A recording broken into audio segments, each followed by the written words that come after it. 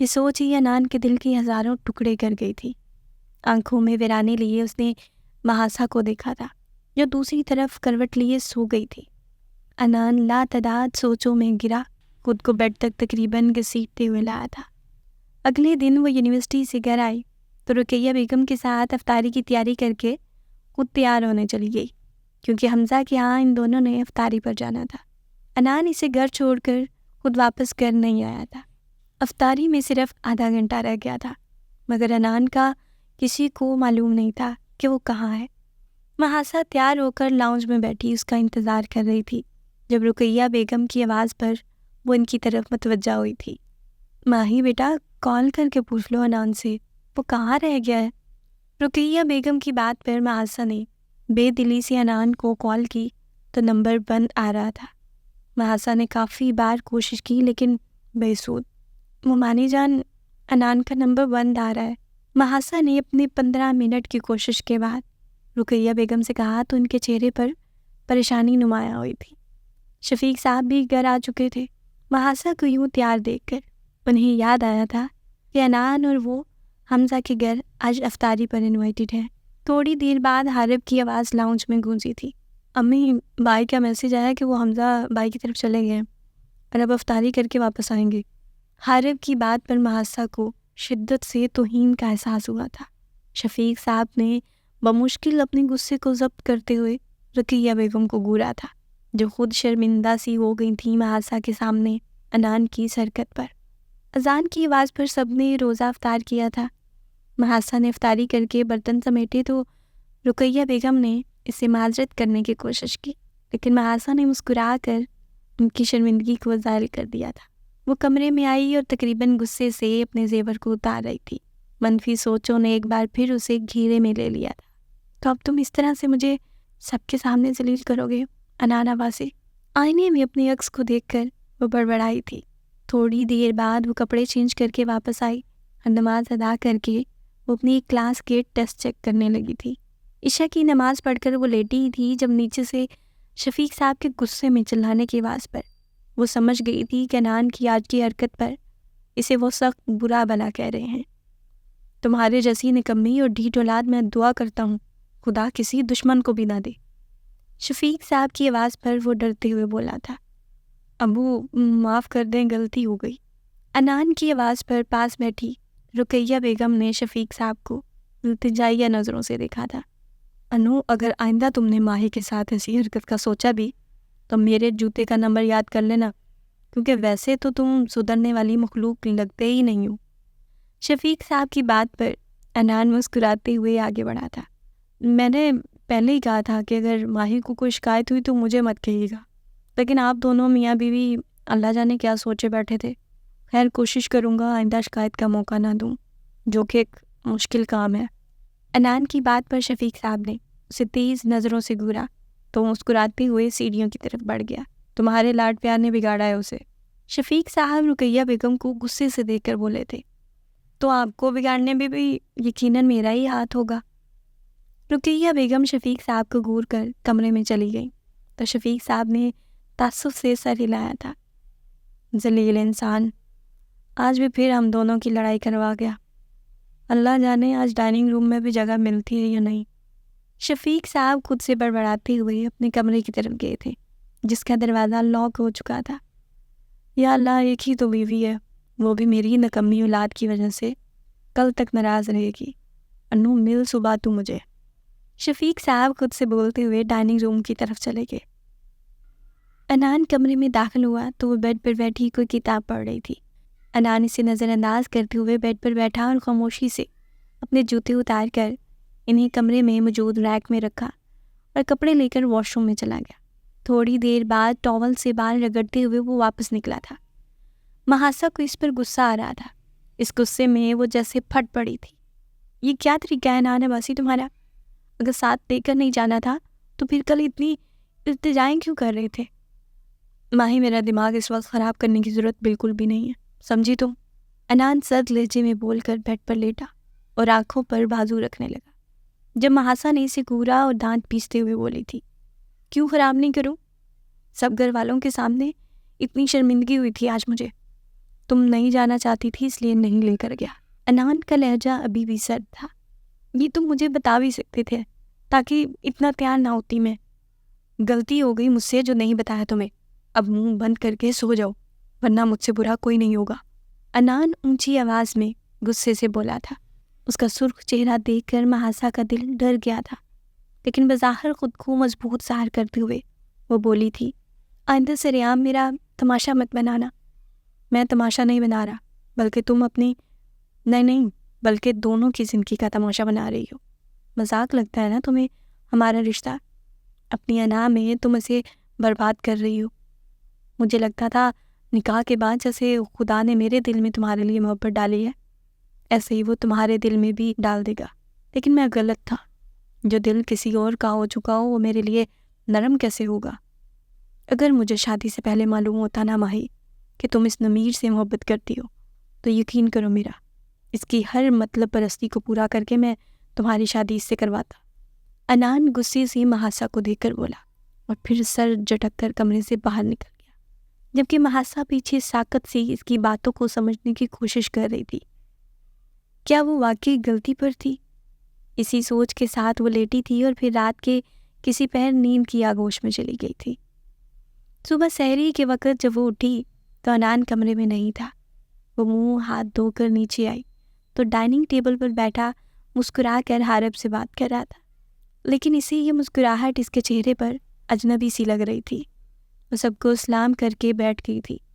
انان نے سحری کرتے ہوئے اسے مکمل نظر انداز کیا اور پھر اذان ہونے پر وہ تینوں باپ بیٹا مسجد کی طرف چلے گئے، جبکہ محاسا نے اپنے کمرے میں جا کر فجر کی نماز پڑھی اور قرآن پاک کی تلاوت کر کے اس نے موبائل پر یونیورسٹی کے لیے الارم سیٹ کیا اور سو گئی۔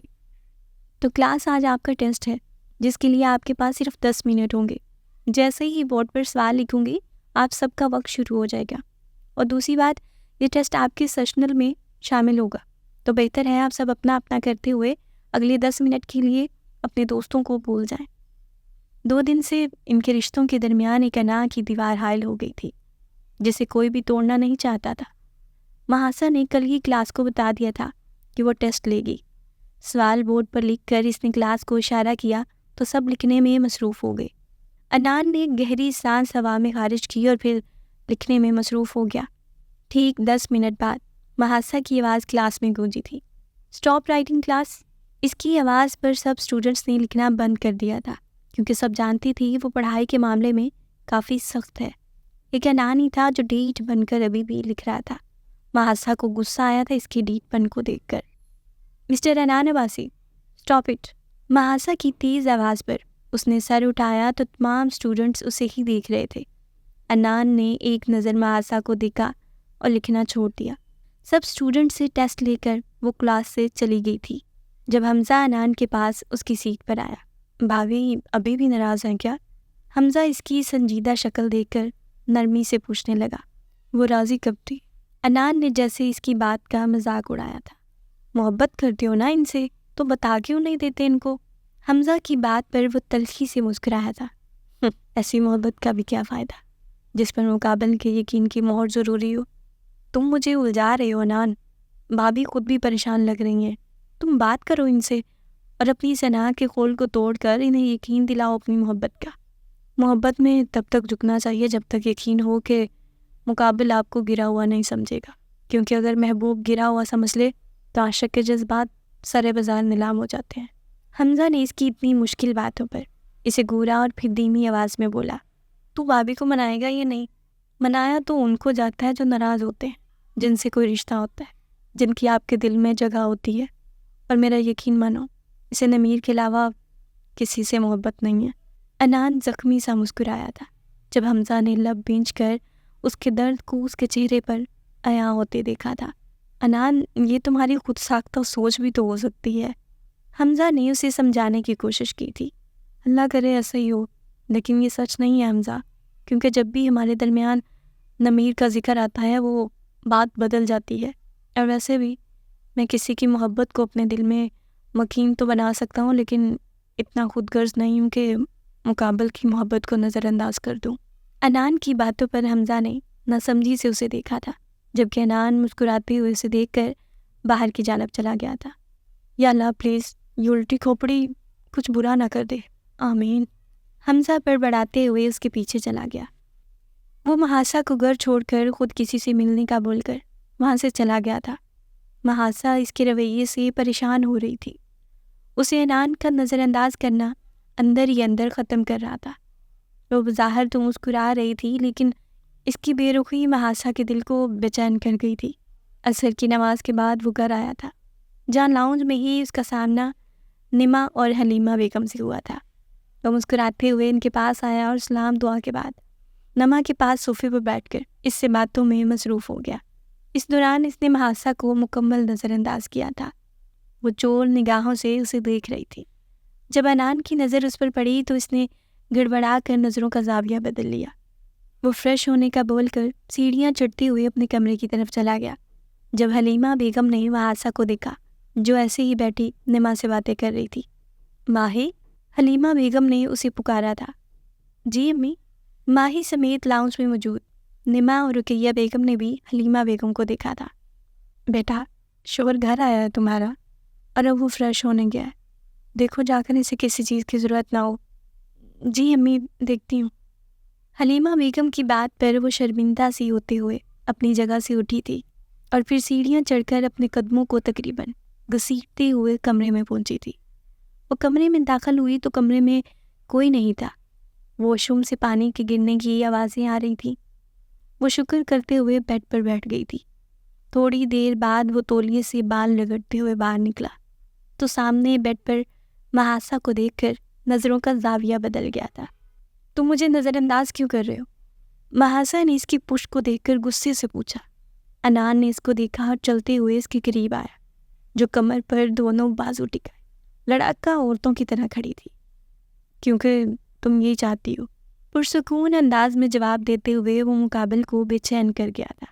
اب آپ مجھے بتائیں گے مسٹر عنان عباسی کہ میں کیا چاہتی ہوں؟ نہیں، میں کون ہوتا ہوں بتانے والا، لیکن ایک بات گارنٹی دیتا ہوں، تم دنیا میں میرے سوا ہر چیز کو چاہ سکتی ہو۔ عنان کا پرسکون انداز محاسا کو جلتے انگاروں پر دھکیل رہا تھا۔ تم رہنے ہی دو، تم سے تو بات ہی نہیں کرنی چاہیے۔ محاسا جھنجھلاتے ہوئے وہاں سے جانے لگی جب عنان نے اس کا بازو پکڑ کر اسے روکا تھا۔ آئندہ اگر لڑنا ہو تو اپنے دفاع کو مضبوط کر کے لڑنا، کیونکہ ہر بار مقابل کوئی شکست ہو یہ ضروری نہیں ہوتا۔ عنان نے پیچھے سے اس کے کان میں سرگوشی کی تھی۔ محاسا بے ساختہ پلٹ کر اسے دیکھنے پر مجبور تھی، جو اس سے چند انچ کے فاصلے پر کھڑا اس کی کلائی کو اپنی گرفت میں لیے ہوئے تھا۔ ہاتھ چھوڑو میرا۔ عنان نے بنا کسی تاخیر کے اس کے بازو کو اپنی گرفت سے آزادی دی تھی اور پھر بنا اس کی طرف دیکھے وہاں سے چلا گیا، جبکہ محاسا اس کے رد عمل پر بے یقین ہوتے ہوئے وہاں سے نیچے کی طرف چلی گئی تھی۔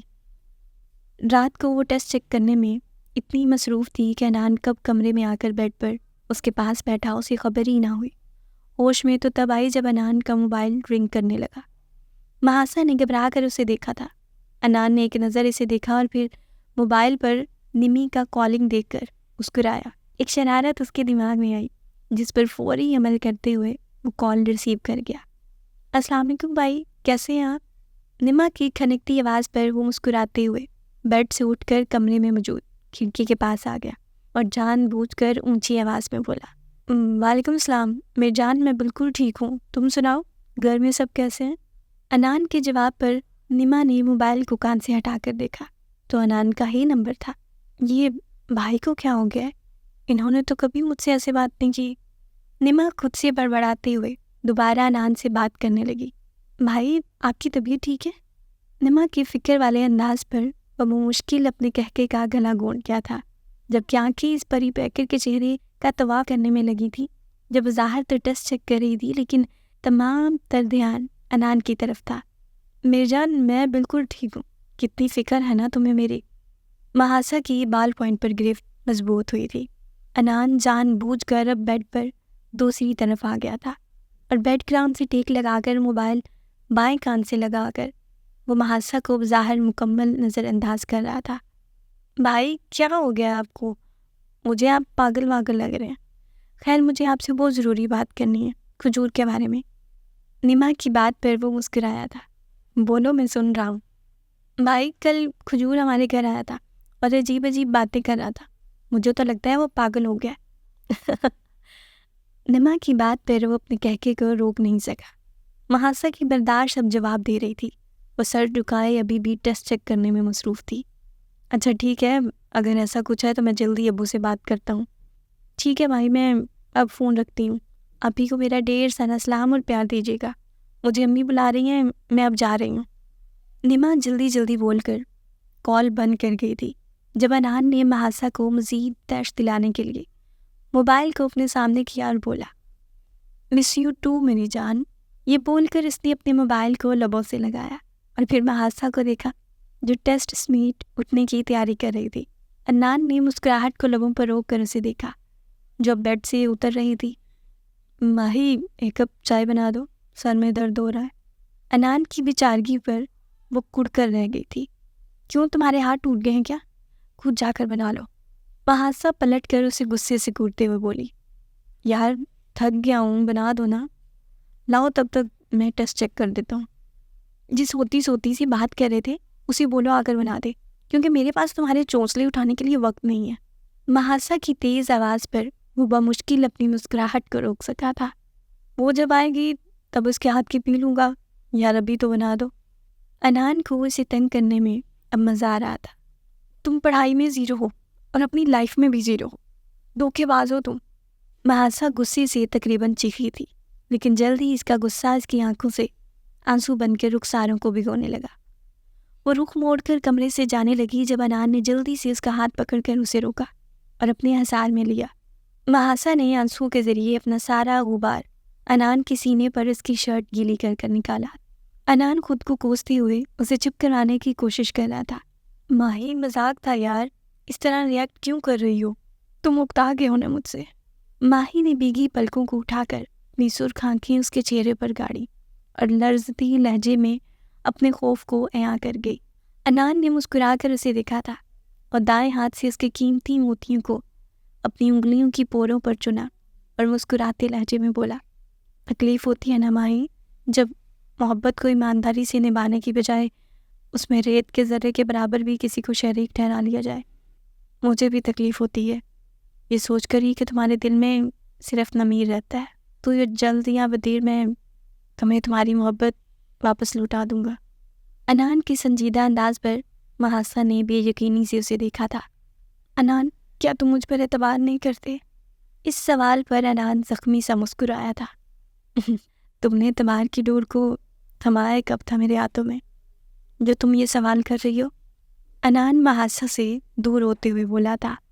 میں جانتا ہوں تمہارا بھی جو رد عمل تھا وہ فطری تھا.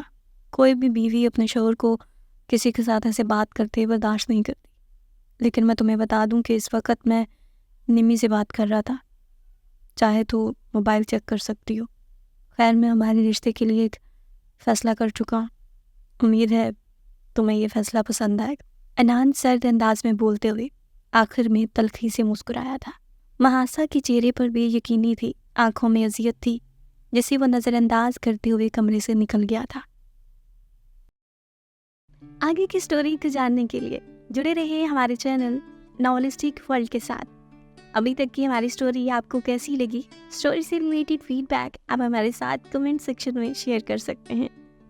ایسی ہی انٹرسٹنگ سٹوریز اور ناول سننے کے لیے ہمارے چینل کو لائک، شیئر اینڈ سبسکرائب کریں اور ساتھ میں دی گئی بیل آئیکن کو دبانا بالکل نہ بھولیں تاکہ ہماری آنے والی ہر نئی ویڈیو سب سے پہلے آپ تک پہنچے.